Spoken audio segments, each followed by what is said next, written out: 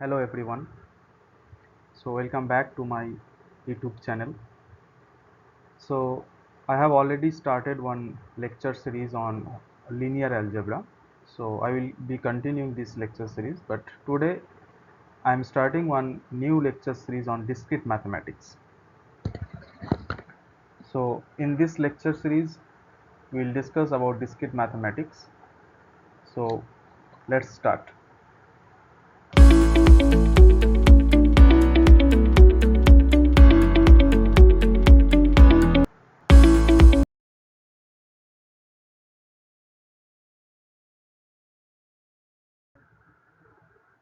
So as you know, I am Dr.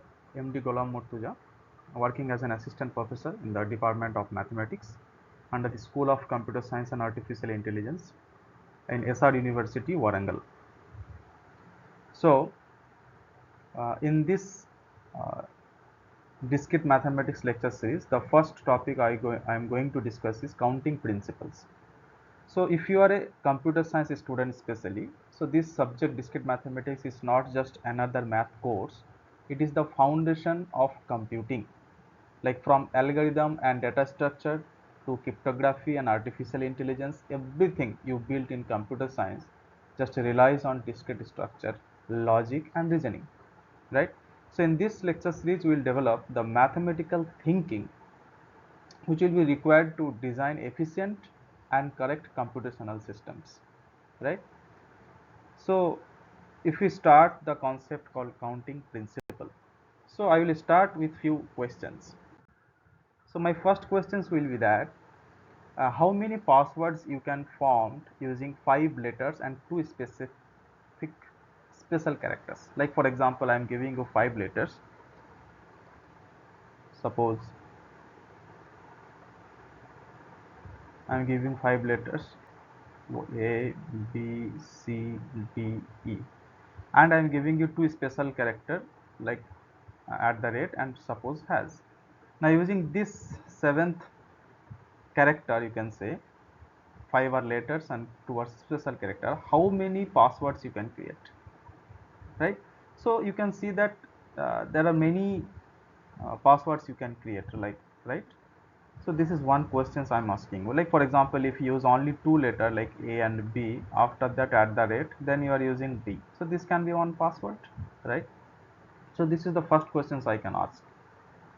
And second question is that if you have 25 people in a group photo, how can you manage them, arrange them, right? So you can keep from short height to long height people, then otherwise you can write in any way you can arrange them, right? So in how many ways you can arrange them? So this is my second question. So if you know the answer, you can write in the comment. Second, and the third question is that if you have 100 rupees and if you want to divide this 100 rupees, or you want to distribute this 100 rupees to the 4 students or for 5 students, then in how many ways you can divide? Like for example, there are 4 students, you are giving the first student 20 rupees, so 25 rupees each you can give.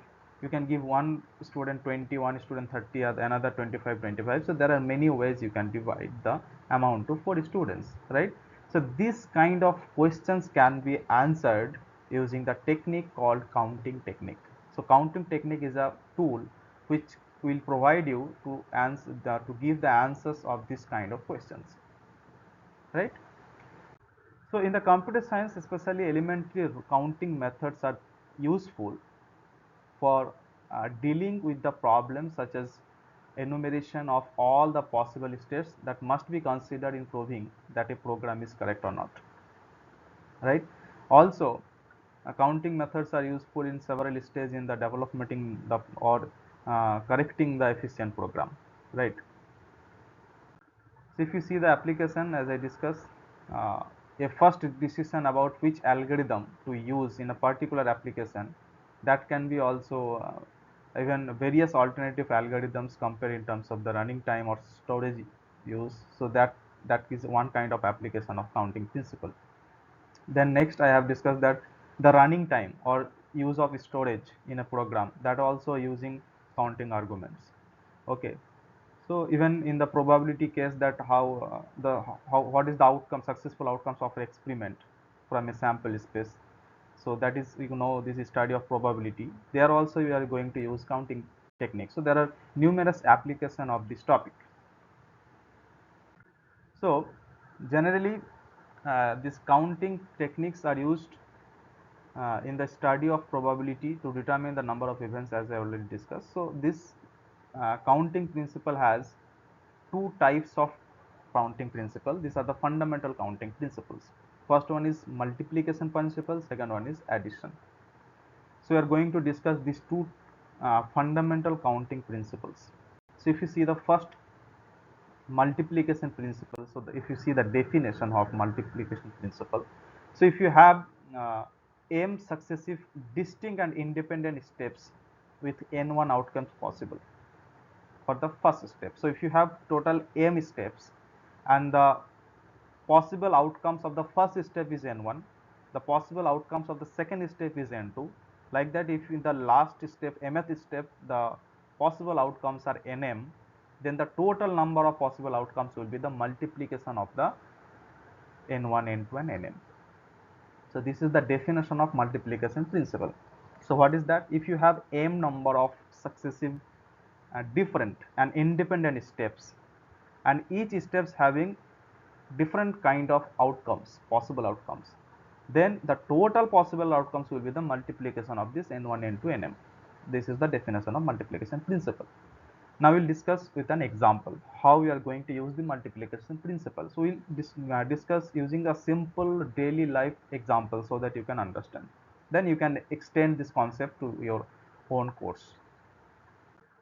So I'm giving a simple example. Suppose you are going uh, in a restaurant, okay, for dinner or for lunch. Now, in the restaurant, you have the options. So what are the options? First category is appetizer. So if you have appetizers, three kind of appetizers like salad, soup, and nachos. And if you have second is you can say the main course. Okay, so there are four kind of main course are available: one pasta, burger, pizza, and biryani. Then you have another category which is dessert. You have, suppose in the restaurant, two dessert options, cake and ice cream. Now you can see why we are going to use multiplication principle here, because you have different kind of types of food in the restaurant. So you can think like that. This first one is a step one, the second one, main course, is step 2, third one is step 3. Now in the individual steps you have possible outcomes, like in the first appetizers you have 3 possible outcomes, here you have 4 possible outcomes, here you have 2 possible outcomes. Now you are asking to choose from each steps or each categories at least one, right? So how many options you have to choose? Like I'm giving you example, you can easily choose salad, then pasta, then cake. Otherwise you can choose salad, then burger, then cake. Otherwise you can use salad, then burger, then ice cream. So there are many ways, you have many options, you have to choose the menu, right? So now question is that how many, maximum how many options you have in this scenario. So as I discussed, if you see the first step, you have the n1 is 3, in the second steps you have n2 is 4, in the third steps you have n3 is 2. So definitely we are going to use multiplication principle here. So all this will be the multiply. So 3 into 4 into 2, so you have total 24 options. Okay, so you have total 24 ways to order a food if you are bound to order at least one item from each category. And we are going to use multiplication principle here. Why? Because it is used for several choice and all are independent. Clear? Now similar type of one more examples if I give. Now suppose in your university total 6 lecture sections of a Python course are offering, right? And please be careful here. So I am saying 6 lecture sections. Next, each students register for the course also register for lab sections and tutorial session. So total you have 11 lab sections here and 12 tutorial sections here, right? So now any combination of lecture, lab and tutorial is possible. Now question is how many different way that a single student be registered for the Python course. So here we are going to see that there are three different kind of events or steps, right? So if you see, the first step is choosing a lecture, then second lab, then third is tutorial. So if you see, this lecture section can be considered as a different event, lab is the different event, and tutorial section is the different event. Now in individual event, how many possible outcomes are there? If you see the question, so in the lecture session we have 6 options, so 6 possible outcomes, so that means n1 is 6 here. In the second step or second event, lab session have total 11 options, so n2 is 11. Then in the tutorial session you have 12 options, right? So n3 is 12. So again you have to choose independently. So here we are using multiplication principle. So the total combination of that the way a student can register is 6 into 11 into 12, which is nothing but 792. So this is the final answer, right? So this is the second example, is a simple example, right?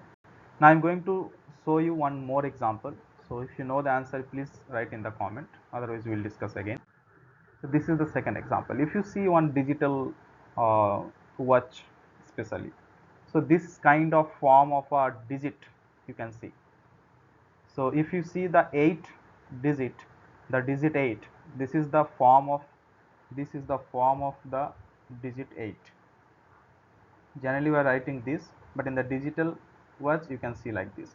So how many total edges here? A, B, C, D, E, F, G. So total 7 edges are there here. Now question is that single character displayed on the digital watch display are found by turning on some of the areas in a rectangular grid, correct? Now this figure shows that 7 lines are typical digital watch to use accurate characters. Now question is that how many different characters can be formed using this, right? So this is an excellent example for counting principle. So if we discuss the answer here, you see, so if you see, if we remove the middle line or middle edge, you can get 0, right? Now if we remove out of 7 5 edges, you can get 1. You can see, if we remove this edge and this edge 2 edge, then you can get 2. If we remove this edge and this edge, you can get 3. If we remove this and this and this, you get 8. If you remove this and this, we get 5. So this is the options you have. So you can see that these are the possible outcomes or possible events for the digital watch. Now you can see that. So if we level the segments or lines 7 A, B, C, D, F, G, you can see that whenever you are seeing the time in the digital watch, so there is two options, either is on or off. So if it is on or off, so that means you have total two choices each event.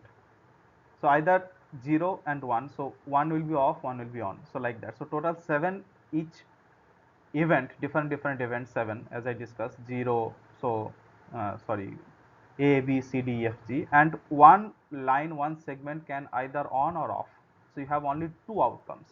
So total 7 times and two outcomes. So 2 will be multiplied by 7 times, right? So n1 is 2, n2 also 2, all n7 are 2 because you have only two options, two outcomes possible, what either on or off. All right. So that's why it will be 2 into 2 into 7 times. So ultimately 2 power 7, so 128. So this will be the answer, right? So if all the 7 segments are off, so that will be blank. Otherwise, you have total valid options 128, but only one case you have to remove, where all the segments are off. So the answer will be 127. 128, then 128 here, and one options you have to remove, that all the 7 segments are off. So that means 127. This will be the answer, right? So this was the concept called multiplication principle.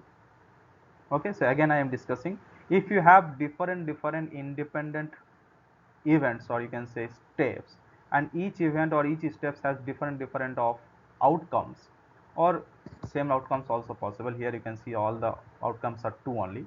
So if you have n1, n2, n3 and nm, all the outcomes of individual steps, then the total outcomes will be the multiplication of the individuals, right? So this is the simple concept. So where we are going to use multiplication, if you have to choose from each step, right, then only you can use multiplication principle. Please try to understand, if you have different 7 or 5 or 6 or 2 3 events, but you have to choose the outcomes from each event, then only you are going to use multiplication principle. Now we'll discuss addition principle. So for a collection of m disjoint sets, n1 elements in the first, n2 elements in the second, n3 n elements is the mth. So now question is that the number of ways to choose only one element from the total collection. So I am not choosing from each set. So the question is that how many ways you can choose a single element from the total collection. So in that case, this will be the addition of the outcomes. So I will discuss with an example. You can easily understand the difference between multiplication and addition. So in the multiplication, when you are going, suppose example, first example we have shown you, that if you are going to restaurant and you have 3 different kind of starter, then main course, then dessert, and you have to choose one item, at least one item from each the 3 category, then you are going to use multiplication. Okay, now if we give the option 2 different kind of category, but out of these 2 you can choose any one, total the collection, from the collection you can choose any one, not necessarily you have to choose from all the steps, then you can use addition principle. It's very good example I am showing you. So if you see this example, suppose you are planning your evening. Okay, you are free now, you are planning your evening. So you have 2 options I am saying you. Suppose you have one option is watching a movies, and you have only the 3 options in the movies category: Bahubali, Triple R and Pushpa, for example. And in the second category you have one which is games. So either you have options movies, or you can have option games. In the movies you have 3 choices, in the games you have 2 choices, either chess or ludo. Now question is that you cannot do simultaneously of all these 2 activities, right? So you have to choose any one of these 2.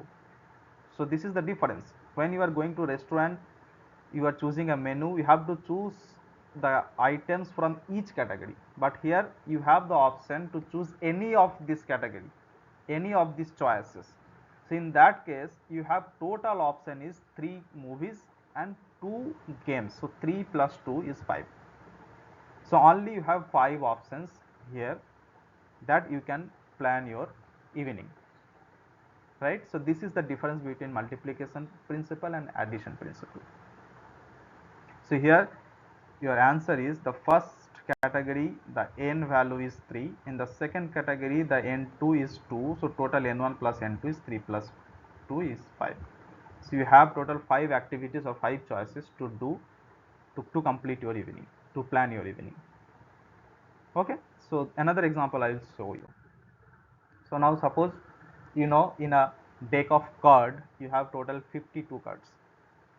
Okay, so these are the cards I have shown in the picture. Now question is that how many ways you can choose a 9, a red card with the value greater than 9. So the cards would be red and the values would be greater than 9, or a black card which value is less than 6. So this is the question. So they are giving you 3 different events. One is choosing a 9, second is choosing a red card which value is greater than 9, third option is a black card which values are less than 6. So now you have to find in each steps, or in each event, or each options, how many possible outcomes you have. So if we first options, if we choose 9 only 9. So how many you have from the 52 deck of card? How many you have? 9 cards. So if you see here, the 9 you have 4. This diamond, this and this. So you have total 1, 2, 3, 4. So the first steps for this choose a 9, you have the n1 value is 4. Now in the second options, if you see the red cards. So if you check the red cards, you have 1, 2, 3, 4, 5, 6, 7, 8, 9, 10, 11, 12, 13. 15, 16, 17, 18, 19, 20, 21, 22, 23, 24, 25, 26, 27. So total you have diamonds and hearts, all are reds. So red diamonds and red hearts you have. But question is that not only red, you have to choose greater than 9. So if you choose greater than 9, so you will get, you know that this A, which is called S, it is a high card. So it is always considered as a greater than 9. Okay, so if you choose how many cards you have, so you can choose 10. So greater than 9 means 10, Jack, Queen, King and Ace. So 1, 2, 3, 4, 5, 6. Total 6 category. Okay. Sorry. 1, 2, 3, 9 will be not considered. So 1, 2, 3, 4, 5. 5 category and all having two different kind of red. One is diamond, one is heart. So N2 will be here. 5 into 2, which is 10. It's very simple. Now black cards less than 6. So like that you have to choose. So I have shown you the answers here. So you can see. So the three disjoint sets. One set is this, all 9s. Second is all red cards greater than 9. Third is all black cards less than 6. Now if you see the black cards, you have less than 6 are 2, 3, 4, 5. These 4 options we have, and red black will be in these 2, right? So you can easily see that. So 1, 2, 3, 4 in this, 1, 2, 3, 4 in this. So 4 plus 4 is 8. So total 8 cards you have in this category. So category 1 is to all 9. Category 2 is all red greater than 9. Category 3 is all black less than 6. So in the first N1, which is 4, in the second N2, which is 10, third N3, which is 8. Now you have to choose any one. Please try to understand. We are not saying that choose from this also, choose from this also, this also, this. No, not like that. You choose any of these different categories card. So you have the options 4 plus 10 plus 8, which is 22 possible choices, right? So this is called addition principle. So again, I am just giving you summary of this. So counting principle is, as I discussed, if you have different kind of, if you now remember the first 3 questions I have asked you, so you can do this kind of, you can give this kind of answers, right? So uh, first one is counting principle, two types. First one is multiplication principle, second one is addition principle. So multiplication principle, where we are going, what is the method? You have different kind of m types of events or steps, and each event or each steps having different n1, n2, n3 are the outcomes possible. So the total possible outcomes, when you are going to choose at least one item from each step or each event, then that answer will be all the multiplication of n1, n2, nm. Now in the addition principle, the same, you have two or three or m number of different kind of events and different kind of n1, n2, n2 as outcomes, but you are going to choose any of these, the total collection. So then you have to add the n1, n2, nm. So this was the very simple counting principles, addition and multiplication. Now we are going to use one kind of different counting principle, which is called permutation. So permutation and combinations, these two are the fundamental in the counting principle, and they are very much useful for algorithm, probability, in the specific in cryptography and data structure. So what is the permutation? Permutation is the arrangement of objects. If you have objects, then how you are arranging them, this is called permutation. Similar, combination also is the selection of objects, but the difference is that in the permutation the order is matter, in which order you are arranging. This is very much important. Like if you see passwords, if we keep a password of your mobile phone, suppose 1 2 3 4, so you are going to use these four numeric numbers, 1 2 3 4. This is your password, suppose. Now if we use the same numbers, 1 2 3 4, but the order is different. Now you are using 1 here, 3 here, 2 here, 4 here. You just swap the order, 2 and 3. So if you type this password, it will not work. So that's why this kind of concept is called permutation, where order is also important. Please remember. So permutation is the arrangement of objects where order is very much important. Now if we, for example, similarly scheduling something, the date, if you choose the later date or the previous date, the scheduling will be problem.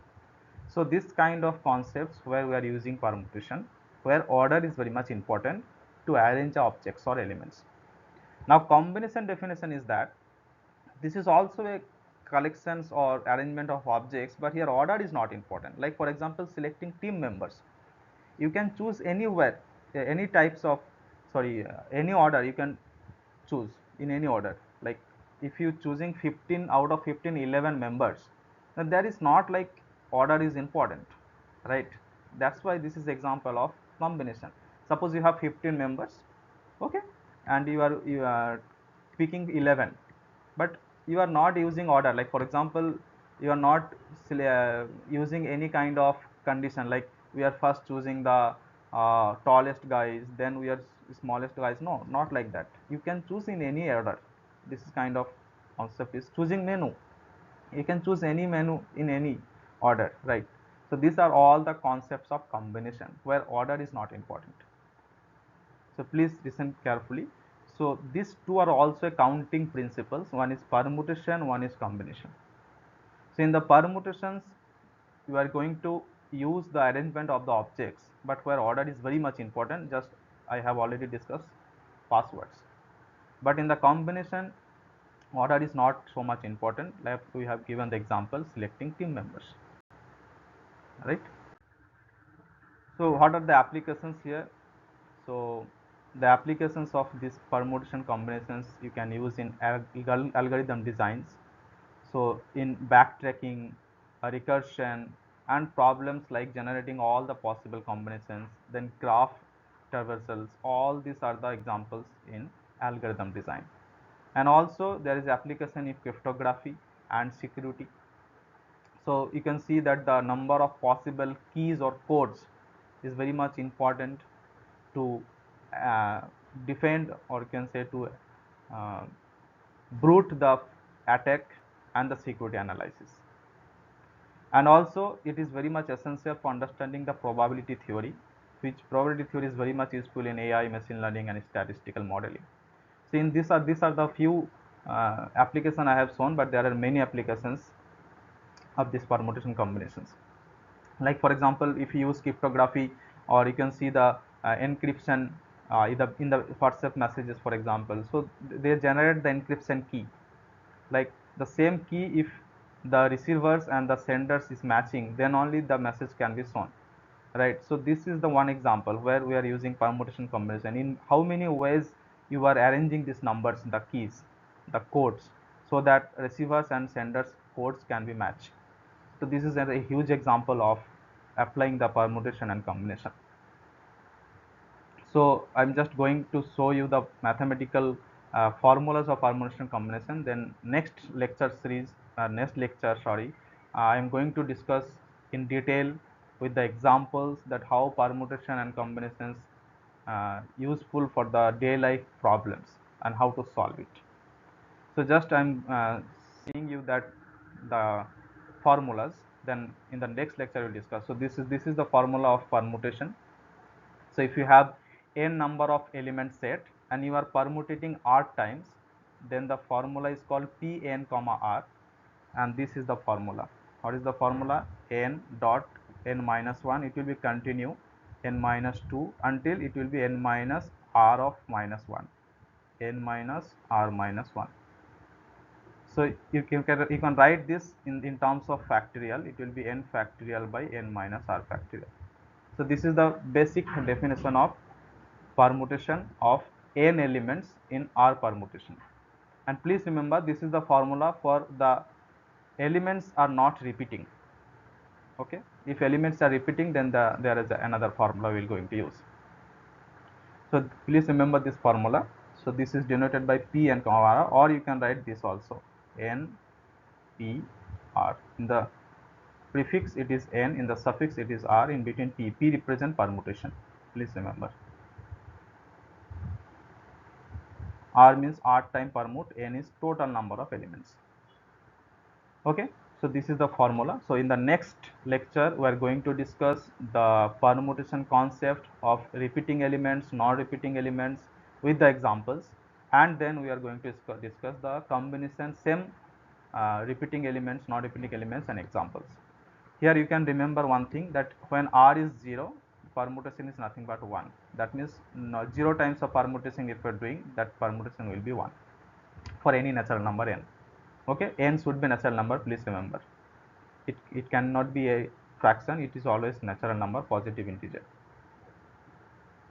So, okay, so that's all for this lecture. Next lecture we will discuss permutation and combinations in detail with the examples.